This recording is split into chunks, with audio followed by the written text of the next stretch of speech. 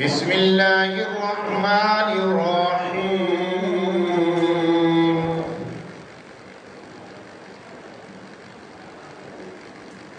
والعصر ان الانسان لفی خسر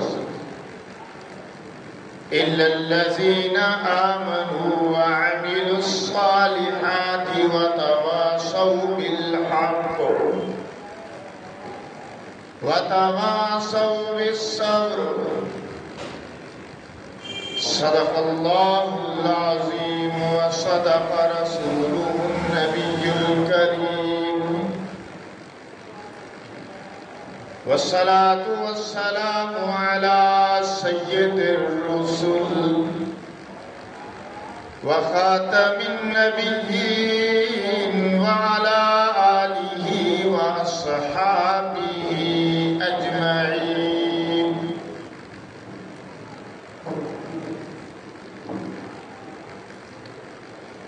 آدمی کا جسم کیا ہے جس پہ شیدا ہے جہاں،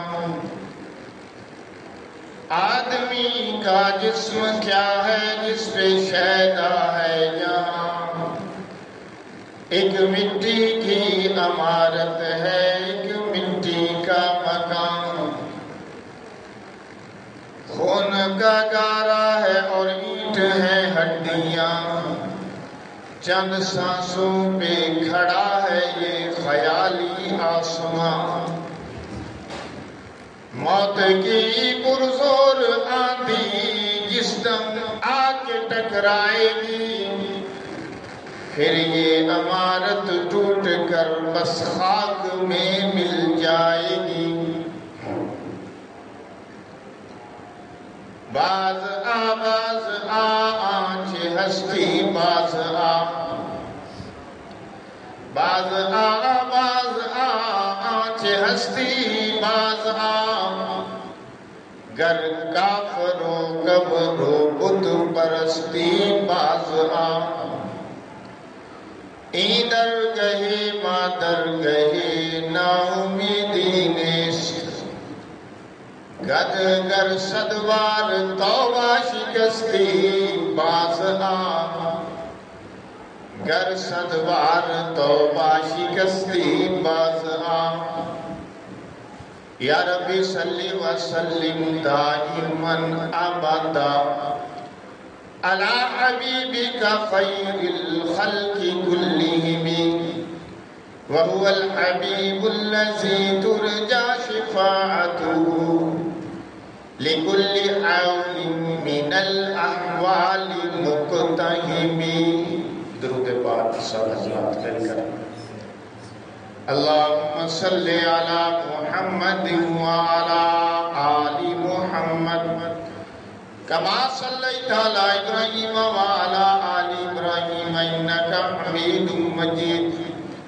اللہم بارک علی محمد وعلی آل محمد کما بارکت علی ابراہیم وعلی آل ابراہیم انکا حمید مجید۔ گرامی قدر سامعین کرام، میرے محترم بزرگوں، بھائیوں، دوستوں،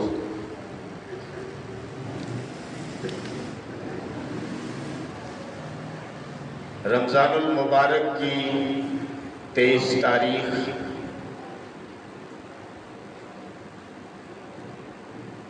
جمعۃ الوداع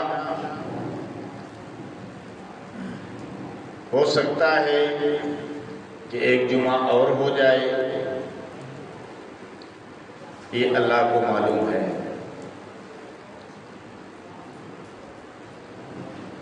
اپریل کی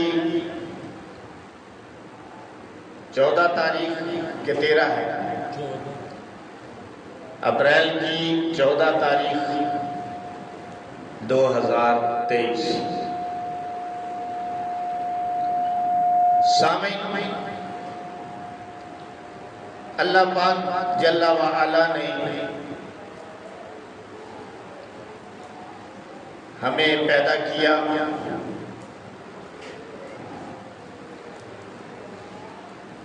اور پھر ایک دن ایسا آئے گا کہ جب وہ ہمیں اپنے پاس بلا لے گا.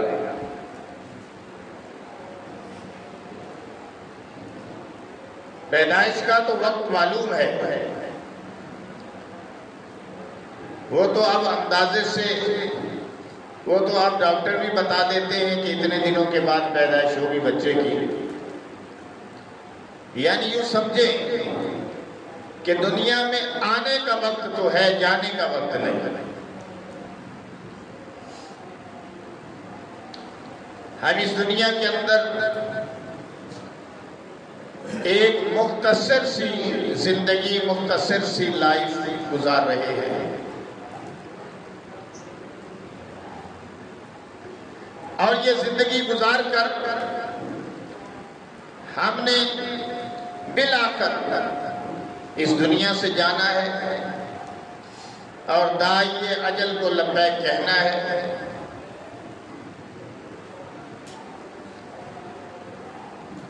عام طور پر یہ کہا جاتا ہے کہ زندگی جیو. مجھے تو اس بات کی سمجھ نہیں آتی کہ زندگی بھی اللہ کی دی ہوئی ہے، جینا مرنا بھی اللہ کے ہاتھ میں. ہم نے کون سا اپنی مرضی سے جینا؟ نہ اپنی مرضی سے آئے ہیں، نہ اپنی مرضی سے جانا ہے. اور یہ بھی آپ نے بات سنی ہوگی کہ لائف کو انجوائے کرو. یہ لائف انجوائے کرنے کے لیے نہیں ہے. اگر ہم قرآن حدیث کا جائزہ لیں تو ہمیں یہ بات وہاں سے معلوم نہیں ہوتی کہ لائف کو انجوائے کرو. کبھی امام الانبیاء نے، بلکہ 1,24,000 انبیاء نے یہ بات نہیں کہی کہ لائف کو انجوائے کرو.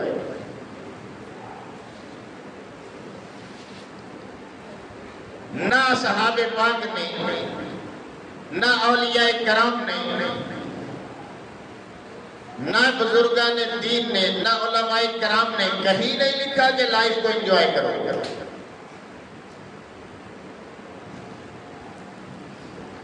بلکہ یہ ہے کہ اپنے لائف کا خیال کرو، اسے جہنم سے بچاؤ، جنت والا بناؤ.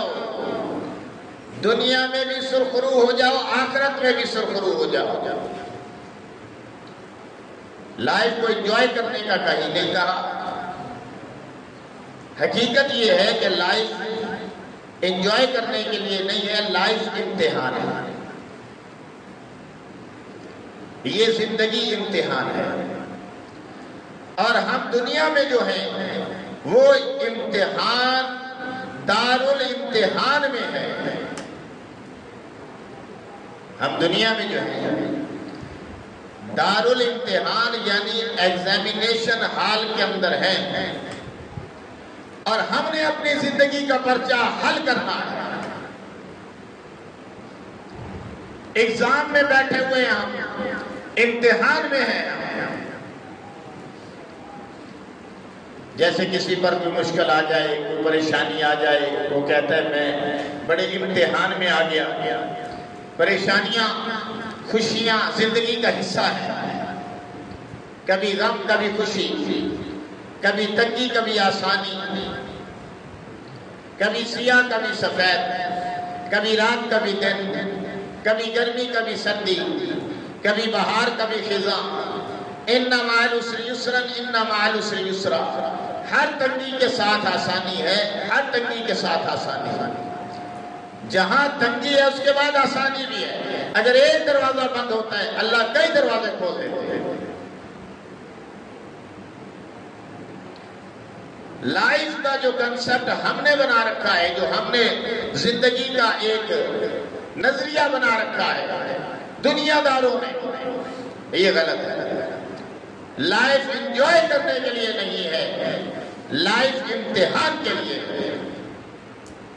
ہم اس دنیا میں جو بھیجے گئے ہیں تھوڑی دیر کے لیے، تو یہ امتحان کی غرض سے بھیجے. حضرت آدم علیہ السلام کو اللہ نے دنیا میں بھیجا، امتحان کی غرض سے بھیجا، پرچہ ساتھ دے کر بھیجا کتابیں بھی ساتھ دے دی، آخری پرچہ، آخری شمارہ محمد رسول اللہ ہے، آخری پرچہ محمد رسول اللہ کی شریعت ہے، آخری کتاب کہ جس سے ہم نے اپنی زندگی کا پرچہ حل کرنا ہے وہ قرآن مجید ہے۔ بچہ اسکول میں داخل ہے، بچہ مدرسے میں داخل ہے تو اسے کتابیں دی جاتی ہیں، پھر اسے ساتھ پرچہ دیا جاتا ہے، جب وہ کتابوں کو پڑھ لیتا ہے تو پرچہ دیا جاتا ہے۔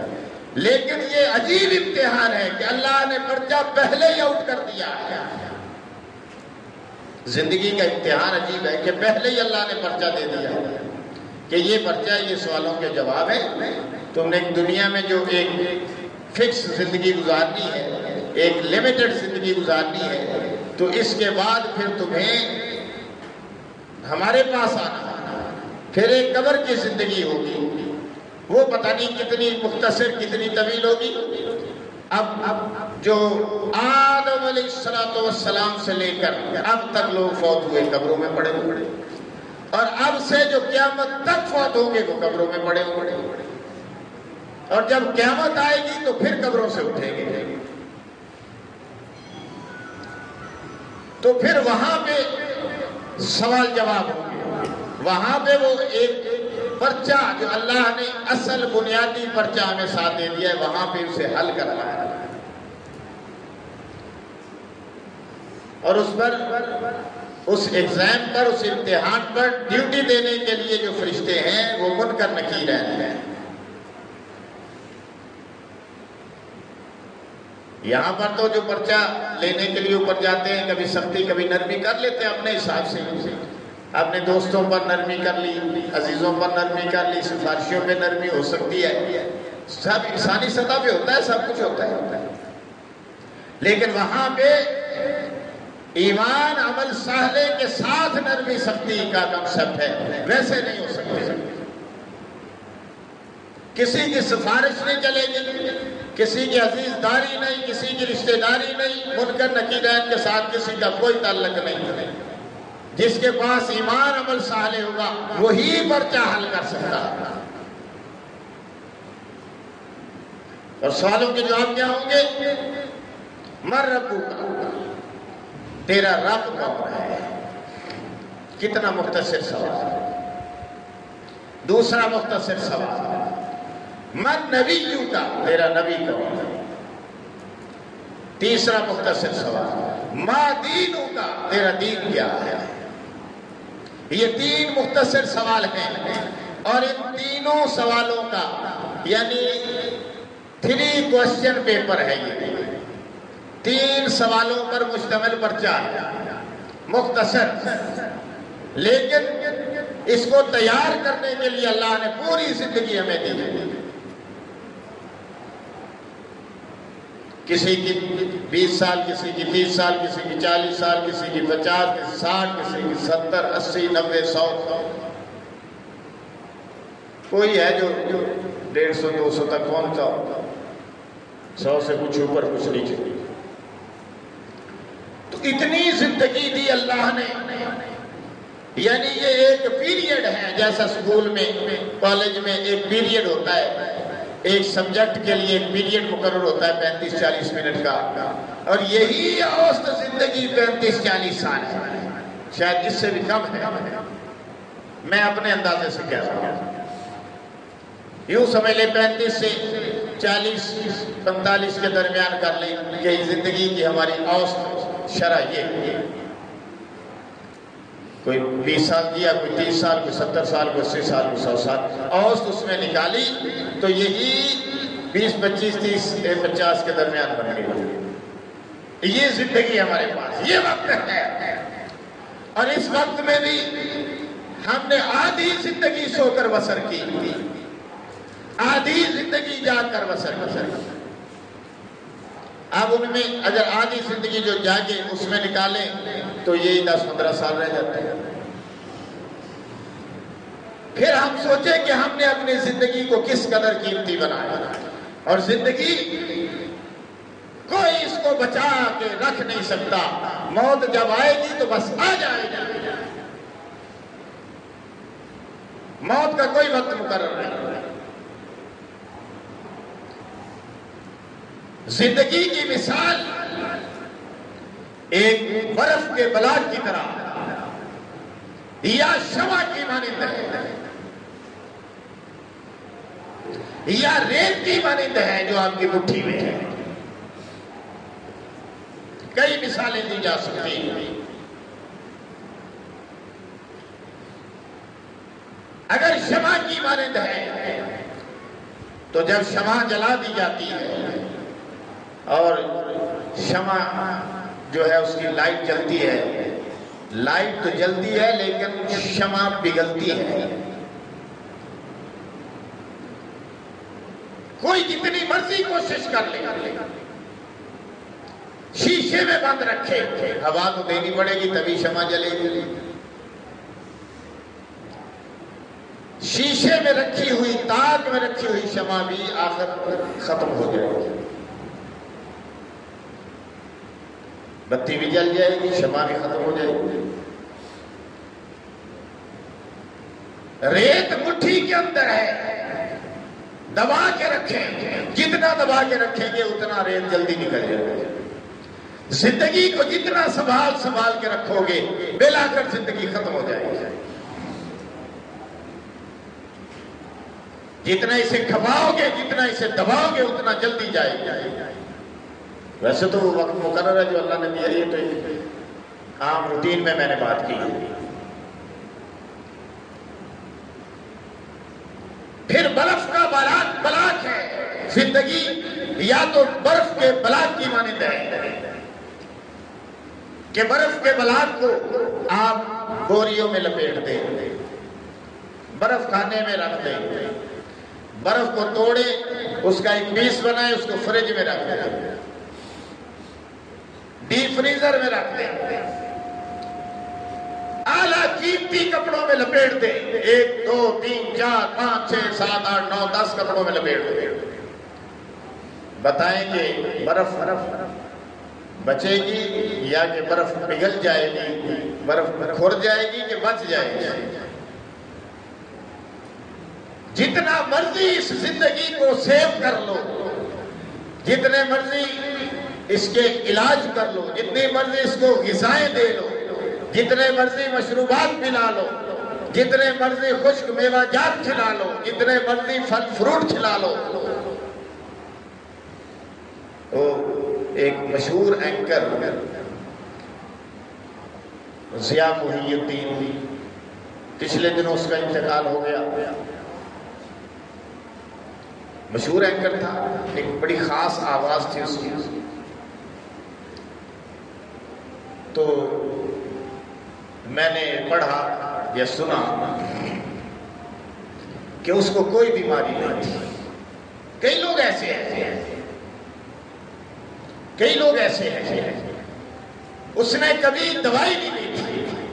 ضیاء محی الدین کی بات کر رہا ہوں، اس کو کوئی بیماری نہیں، اس نے کبھی دوائی نہیں لی، لیکن آخر وہ بھی اس دنیا سے چلا گیا۔